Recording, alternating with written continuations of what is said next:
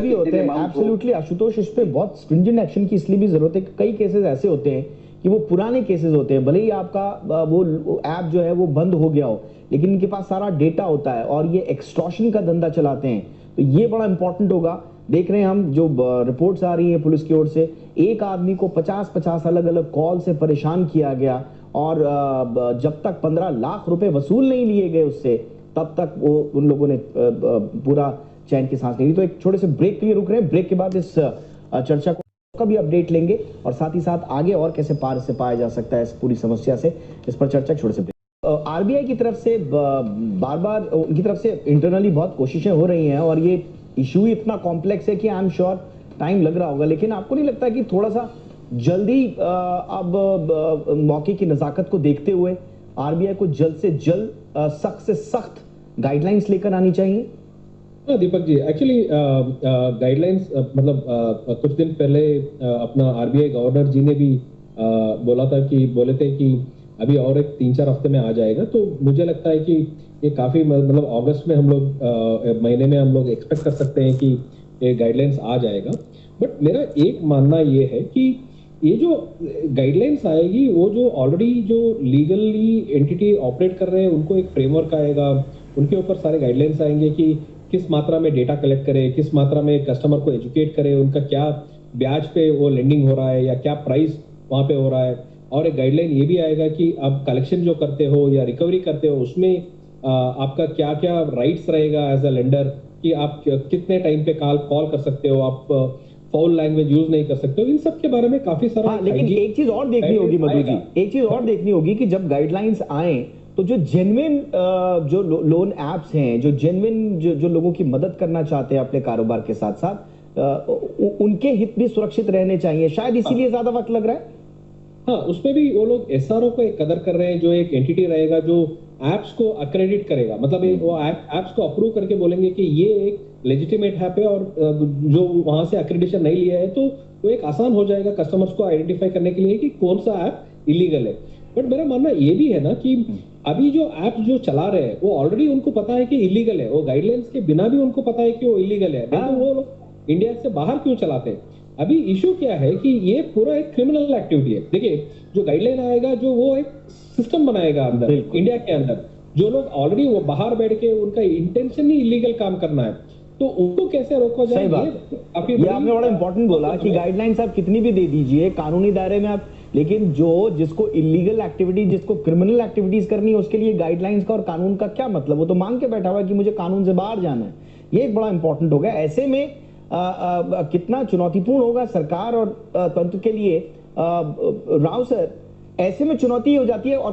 खास तौर से पुलिस डिपार्टमेंट के लिए कि पहले पुलिस डिपार्टमेंट के भीतर भी जो ट्रेनिंग्स होनी चाहिए वो समझे मॉडल्स ऑपरेंडी को। कई बार क्या होता है, इस तरह के इश्यूज बड़े ट्रिकी होते हैं, वो टेक्नोलॉजी का इस्तेमाल कर लेते हैं, जो जानते हैं वो टेक सेवी होते हैं, लेकिन डिपार्टमेंट में भी आपको लगता है कि एक अलग तरह की ट्रेनिंग, एक अलग तरह की स्किल सेट की आवश्यकता है ताकि इस तरह का समय रहते भंडाफोड़ हो सके? बिल्कुल दीपक, ये जरूरी है कि जितने पुलिस ऑफिसर्स हैं, मैं आपको खाली दिल्ली की बात नहीं, दिल्ली बॉम्बे मेट्रो की बात नहीं करता, यहाँ कुछ हैं, यहाँ के कुछ ऑफिसर्स हैं जो वेल ट्रेन हैं, लेकिन भारत के और कई स्टेट्स में और कई जिलों में इतनी ट्रेनिंग की जरूरत है कि वहाँ के पुलिस ऑफिसर्स को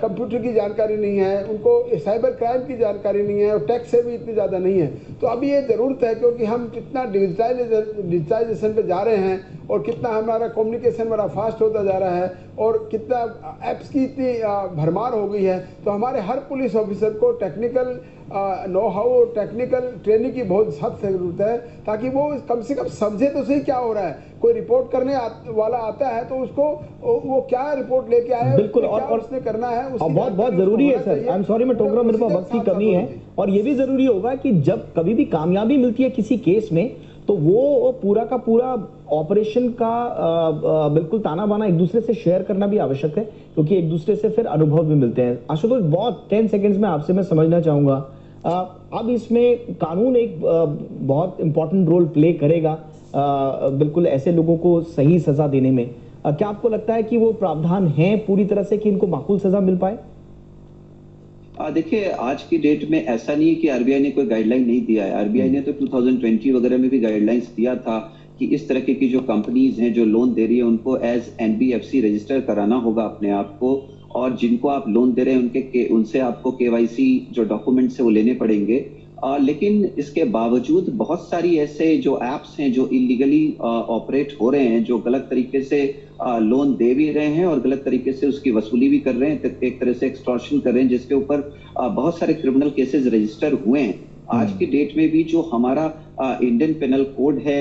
या फिर जो हमारा आईटी एक्ट है 2000 का, उसमें बहुत सारे प्रोविजंस हैं जो पनिशेबल ऑफेंस की तरफ जो है वो जाते हैं, और ये इसमें प्रावधान है पनिशमेंट का। और मैं उम्मीद करूंगा कि जिस तरह से पुलिस ने अभी काम किया है वो आगे भी